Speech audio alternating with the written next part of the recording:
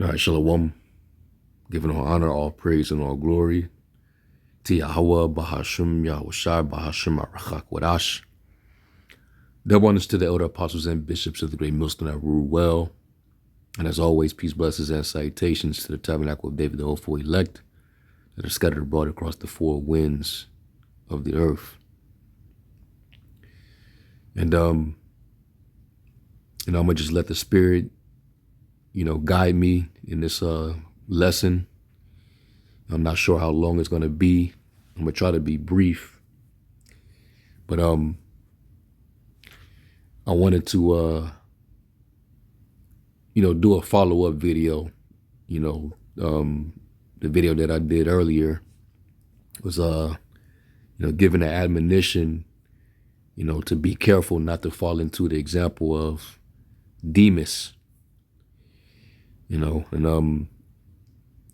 is all just comes in the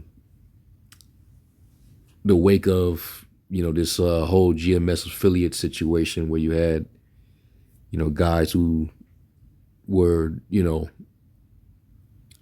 they were self-proclaimed affiliates. They claimed, respect the apostles by giving double honors. Even though it's a very cliche mantra, if you will, because there's been a lot of dudes over the years who've yelled double honors to the elder apostles, but they were never genuine. I don't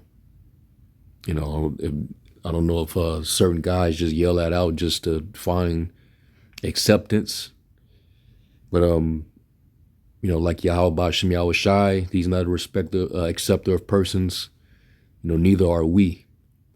All right, if you're not able to follow after, the pattern of examples that the apostles, leave for us to follow, if you're not obeying the order and the rule that they have, then what good is your double honors? All right, it's just hot air coming out of your mouth. So I'm glad this is being addressed because, certain guys, they have no idea what this thing is about, but they'll still try to attach themselves, without counting the cost, without examining themselves whether they be of the faith. So, the line is being drawn right now because, we at the end, we at the final stretch. And the hearts of many, globally is going to be revealed because we're in that time, man. Certain guys are going to continue to, move in the opposite direction. They're going to, be in opposition. You're going to have guys that's going to, justify their own dealings, their own actions and behavior. And this is why, this is what we sit back and we let Yahweh Shem Yahushai, be the judge. All right, he's going to be the one that's going to judge the quick and the dead. Samuel's mother, Hannah, he said, the Most High is a God of knowledge, and by him all actions are weighed. So to understand that, just to grasp that, all your actions that you do in the flesh is evaluated. It's being observed. So if we, because we don't work for Yahweh Shem Yahushai the way we work for a company.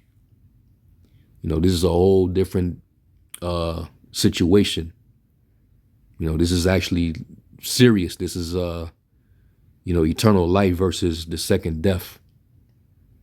All right. So we take this, way more serious. So you dudes are going to start to find out that the Most High, Yahweh Shem Yahushai, he means business. And like Yahushai, he put it plainly. He says, you cannot serve two masters. Either you will love the one and you will hate the other. The Most High is not, he doesn't deal with, split down the middle, fence sitting Israelites. All right. He's not dealing with lukewarmness or none of that. You either on fire and you're fervent for him, or you just be cold. And the standard here at Great Millstone, starting with the elder apostles, is you got to be on fire. All right, you got to show diligence, being persistent in everything you do towards the Lord in His ministry. Whether it be constantly praying, whether it be fellowshipping, with your brothers, and most certainly you doing the work. Now these so-called affiliate cats, these guys had an issue with a decree, or advice that came from the heads of the North Carolina camp, and footage resurfaced that these same individuals, out there on the streets, out at camp teaching, but they was talking a lot of cash money shit, basically disagreeing with the standard, the rule, the order. All right, and that type of behavior, zero tolerance for that. All right, let me do this. Let me get this in Philippians, because the elder apostles, they're the leaders. They have the rule over us, and they're the ones that have been setting the example that we should follow. If you disagree with that example, then this ain't for you. All right, this is Philippians 3,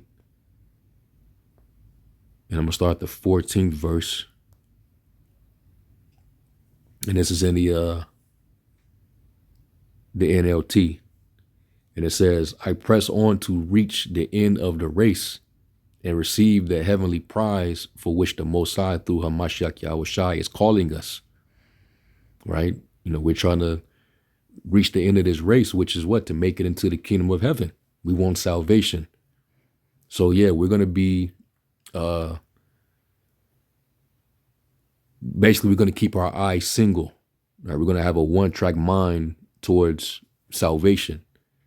So that means all this earth, all the earthly concerns, we're not going to be concerned with that. Our only concern is pleasing Yahweh Shem Yahushai, as a soldier, not being entangled, with the anxieties and the cares of this life. All right, because we have one destination. That's all we're concerned with. All right, F trying to be comfortable on this side and trying to have abundance. That means that you're really not ready for Yahushai's return. Neither are you ready for the kingdom. If taking a job that's going to prevent you from doing the work for, almost a month, then your mindset is in the wrong place.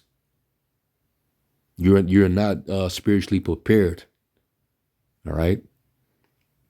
Verse 15, it says, "Let all who are spiritually mature agree on these things. If you disagree on some point, I believe the Most High will make it plain to you.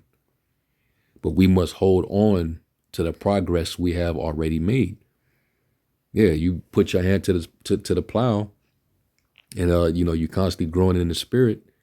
You don't want to do this thing only to fall away, or get allow the world to basically seduce you and diminish your devotion to Yahweh Shem Yahushai. We done made it this far, and we still got distance to go. We're not in the chariot yet. So, continuing on, it says, "Dear brothers and sisters, pattern your lives after mine and learn from those who follow our example." And the elder apostles, man, they've definitely been that example, for us brothers to be able to, observe and to grow. The scriptures say to mark the perfect man. For the end of that man is life and peace. They showed us how to be diligent, all right, on fire, passionate about this thing, constantly occupied in prophecy. They stress prophecy heavy. Even ChatGPT will break that down for everybody. Okay? So that's the example, man. We're to prophesy. We're to be diligent. Be active. That's the rule. That's the standard. Right? It says, for I have told you often before, and I say it again with tears in my eyes, that there are many whose conduct shows they are really enemies of the cross of Mashiach, especially those that rise up and come against us. Guys that's in that competitive spirit, they want to come against us. They want to preach Yahweh Shai about strife and contention. These guys they're enemies, man. They don't respect the order. They're very fractious, disorderly. They despise dominion. So their conduct is showing that they're enemies of Hamashiach, even though they may, say his name. But their actions show that they're in a way of the adversary. Why would you have a problem with, making sacrifices and cutting out, things of this world to have, more time to serve Yahweh Shem Yahweh Shai? The scriptures talk about making the best use of our time, knowing that the days are evil. When it says redeeming the time because the days are evil, it means to make the best opportunity of the time that we have. Because we don't know how long, we're going to be out there. We don't know how long this is going to continue. You just recently, you had a bill in Canada that actually removes religious exemption from quoting certain scriptures that they deem hateful. So it's going to be illegal to quote from the Bible in certain parts of the world. Canada, and then in Nicaragua, they're banning the Bible. You can't bring your Bibles into their country. So they're finna start cracking down on free speech, and to basically defend the gospel. So once that occur, it's gonna be a point in time when you ain't gonna be able to be out there. So the Lord is there's a timing, all right, a clock, if you will. And just know that we ain't going to be out there forever. So now is the time to kick it into gear, man. Get into maximum overdrive. Do as much as you can. Because we can't do enough towards Yahweh Shem Yahweh Shai. All right. It says they are headed for destruction. Their God is their appetite. They brag about shameful things, and they only think about this life here on earth. Yeah, the cares, that comes with it. My family, my wife, my kids, my job, my career, my property. So you're only concerned with, life on earth. You're not concerned with, like it says, was that in Colossians, seek the things above and not on the things of the earth.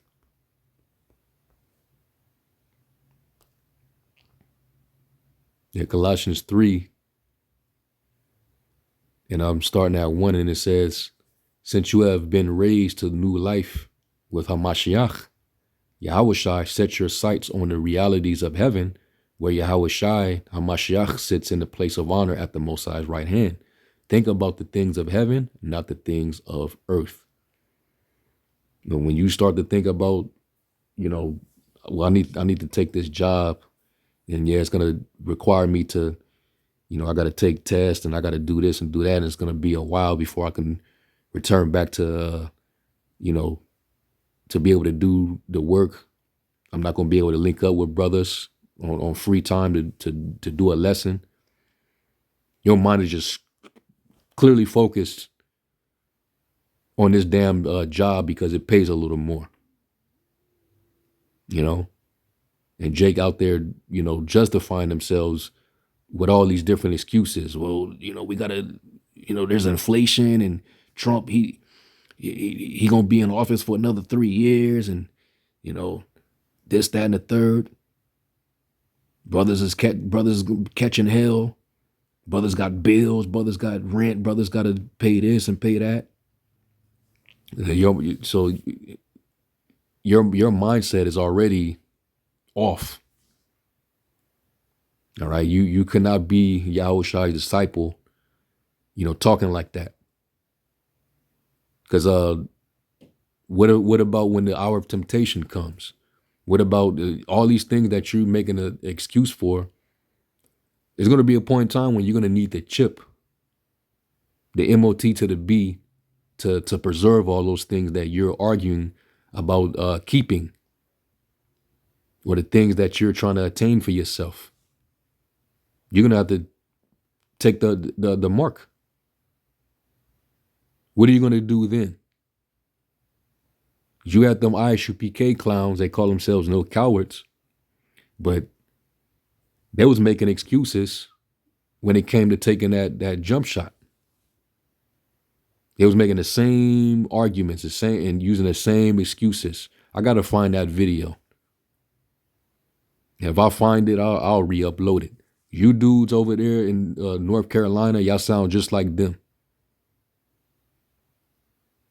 Think about the things of heaven, not of the things of earth, man. Yahushua already told us, seek ye the kingdom of the Most High, and all these things will be added unto you. Take no thought for what you shall eat, for what you shall drink, or what you shall be clothed. Because the heathen, they have care of these things. But the Lord, he knows what you have need of. There shouldn't be a concern, especially if you serve Yahweh Shem Yahushai from the heart. So let me get this real quick, because like I mentioned before, we have a standard, we have a rule. And if you're not willing to walk in that, then you have no association with us. It's Galatians 6, and I'll start at verse 15. And this is, Apostle Paul was giving warning about, those of the circumcision who was trying to constrain Jake, to be circumcised in order for them to be saved. Right? So, Paul was just making the separation. All right. You're a new creature in Yahushua. It's about the circumcision of the heart now. All right. And we have a standard. You walk in my steps, walk after my example. Right. And basically you won't go wrong. This is Galatians 6 and 15. It says, for in Hamashiach Yahushua neither circumcision availeth anything, nor uncircumcision, but a new creature. And as many as walk according to this rule, peace be on them and mercy and upon the Israel of God. All right. Look up this word for rule. The word is kanon. And it says a straight reed, i.e. rod, a rule, canon, i.e. figuratively a standard of faith and practice. By implication, a boundary. All right. Like the apostles, they always, they'll give certain ordinances, put out certain orders for brothers. And that's just so that, brothers can walk that, that within the boundary lines of the faith, so that Jake don't go wandering off, and next thing you know, Jake is conforming, to the image of this world. Like the apostles, tell brothers to, cut that long ass hair off. That's to prevent you from conforming to the image of this world. All right. You tell brothers to stop getting lineups. If you get a lineup, you might get suspended until your original line grows back. They all are trying to keep you within confines, of the conduct, the basically the behavior of, living the gospel, man. Okay. Because they, like the scripture saying, was it Hebrews, for they watch for your soul, to obey them that have the rule over you. All right. It says a rod or a straight piece of rounded wood to which anything is fastened to keep it straight, used for various purposes, a measuring rod, rule. Okay. Apostles, they'll draw, basically like a line, like, hey, 3 videos a week. And that's pretty much the boundary line. Anything below that is not within standards of our ministry. And, if you don't pick up the slack, then you're not fit, and you would be excommunicated from, whether indefinitely or whether, for a temporary period of time, according to how the Spirit may deal. All right. But, there's always a measure, a rule, a line, all right, that's being drawn to keep standard and order within the body. Okay. And the dude out there that was speaking, he said, I ain't doing 3 videos a day. You're not on fire then. But the apostles never said that you had to do 3 videos a day. They've strictly said to, get in the spirit of. But if you're able to do at least 3 a week, that's the line. That's the bare minimum. If you can do a video every day, and we got 24 hours in a day. After work, all that extra time besides getting some rest, what are you gonna do? You got to make all the time that you have free, you got to make that count, man. It says a definitely bounded or fixed space within the limits of which one's power of influence is confined. It says the province assigned one sphere of activity, metaphorically any rule or standard, a principle or law of investigating, judging, living, acting. So we have a rule, a standard of living. And going back to when Hannah said that the Most High is the God of knowledge, and with him all actions are weighed. So you have to consider that. What are you doing in your time towards Yahweh Hashem Yahushai? All right, you seeking your own comfort after your own belly, or are you, seeking out the Lord, man? So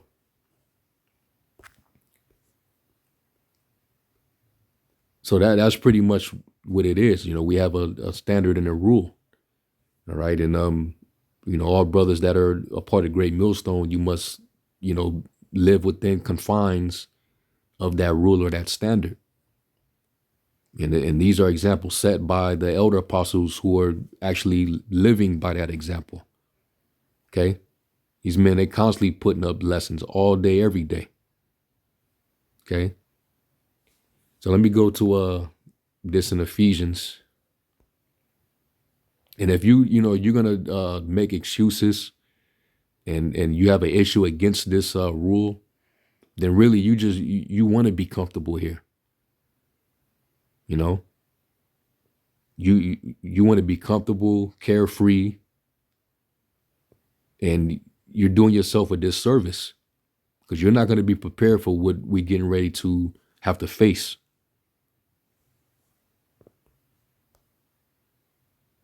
This is Ephesians 5 and 15. It says, see then that you walk circumspectly, not as fools, but as wise, redeeming the time, because the days are evil.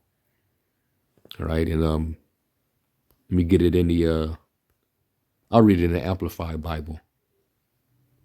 And it says, therefore, see that you walk carefully, living life with honor, purpose, and courage, shunning those who tolerate and enable evil, not as the unwise, but as wise, sensible, intelligent, discerning people, making the very most of your time on earth, recognizing and taking advantage of each opportunity and using it with wisdom and diligence.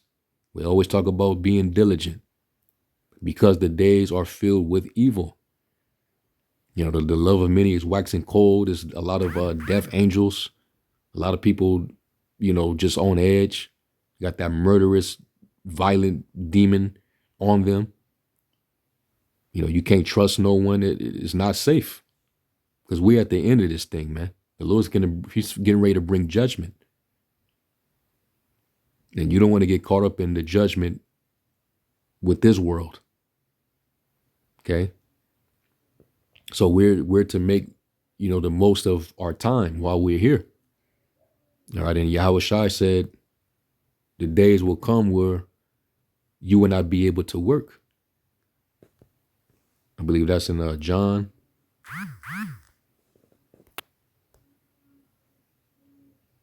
There's going to be a point in time when, you know, a lot of these executive orders, a lot of these unrighteous decrees, because they're going to make it a crime. It's going to be criminal to speak this truth, to go out there and boldly proclaim, you know, this testimony, man.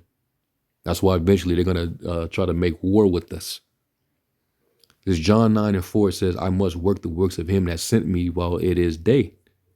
The night cometh when no man can work. And that's exactly why we have the mindset that we have. Might as well redeem the time and make the best use and opportunity of the time that we have left. Because there's going to be a time where there's going to be a famine of the word. And Jake ain't going to have access to this. The Lord said, if you love me, feed my lambs, feed my sheep. So that's where you want to be proactive.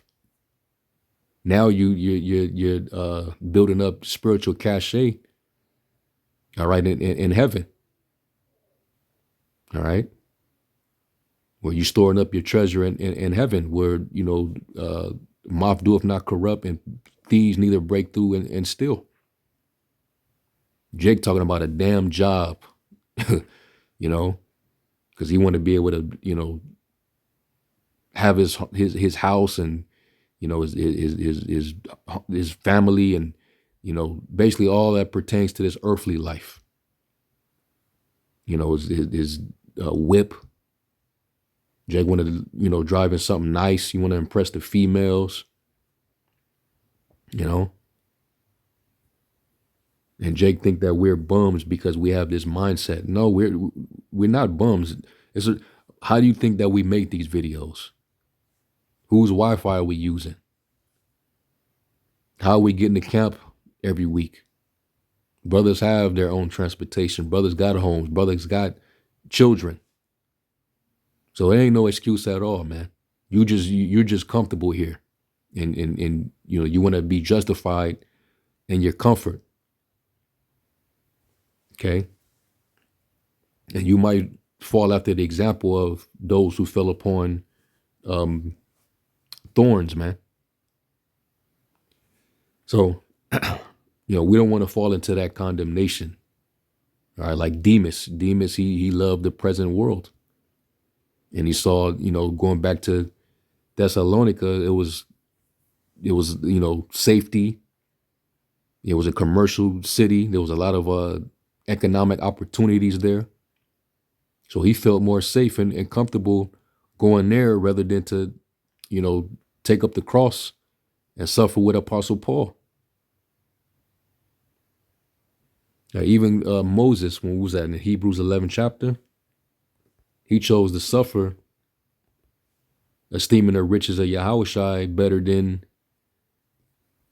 the riches of Egypt.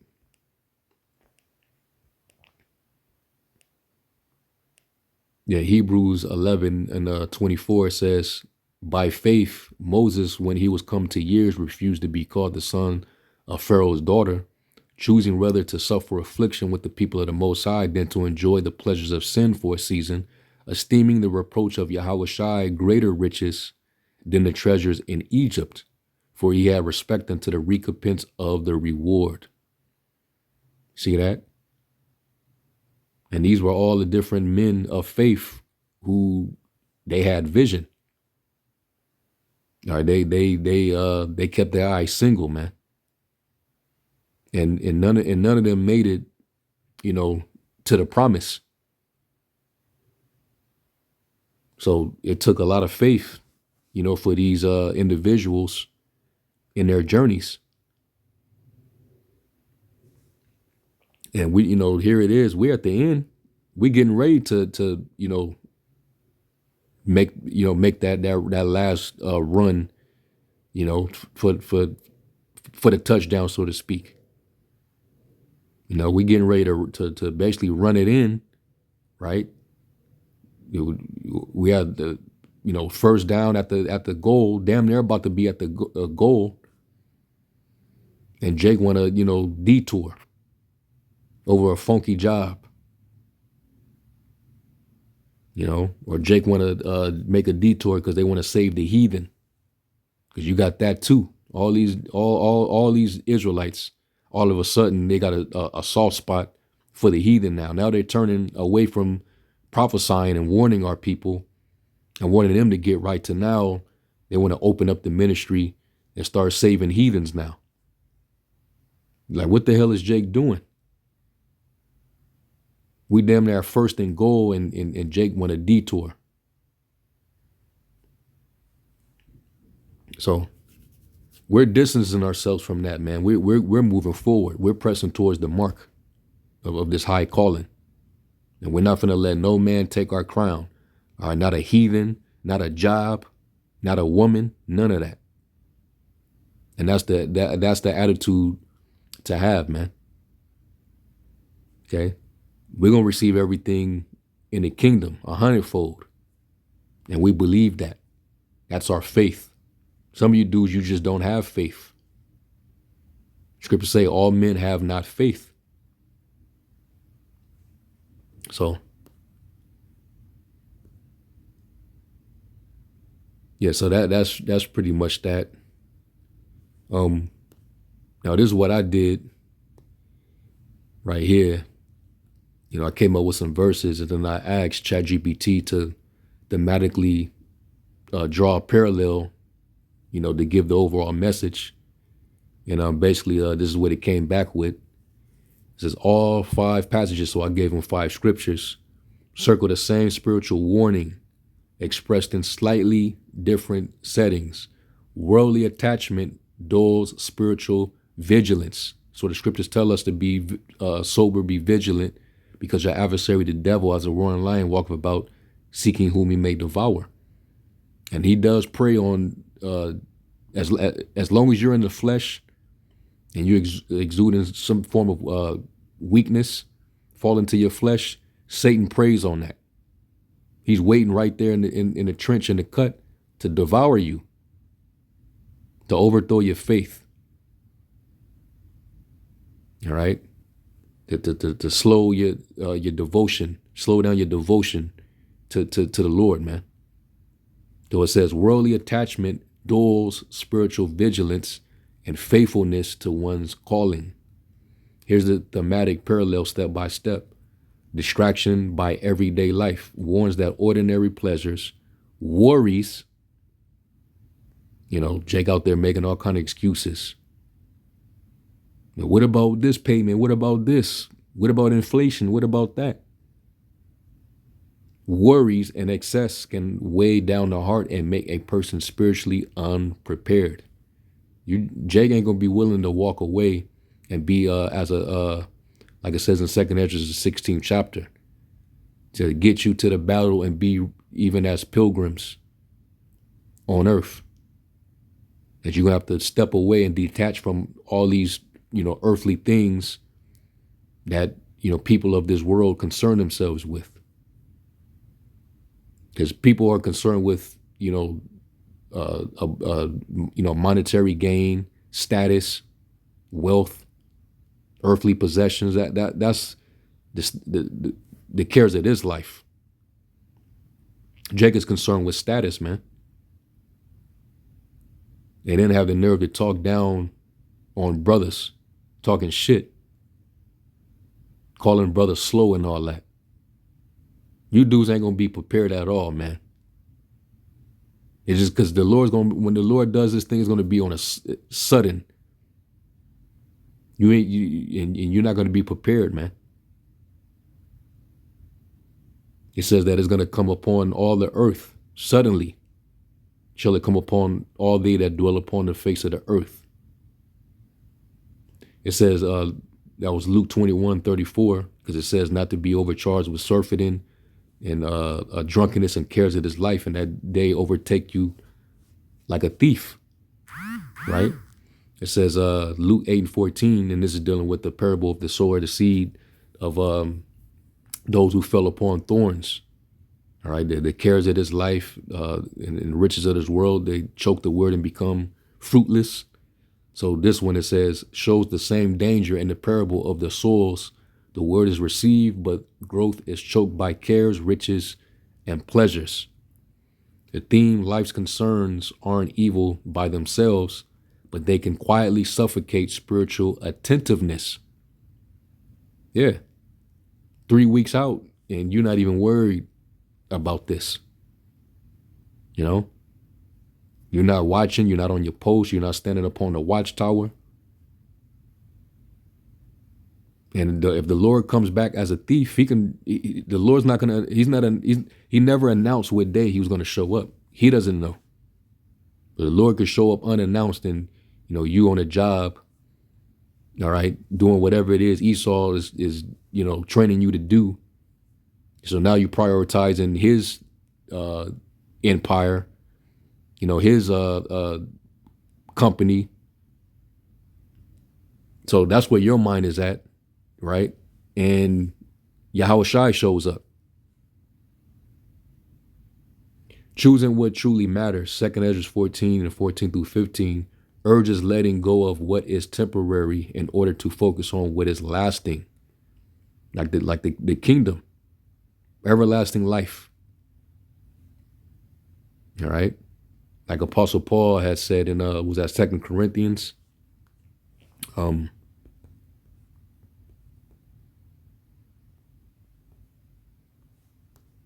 Corinthians 4:18, and it says, while we look not at the things which are seen, but at the things which are not seen.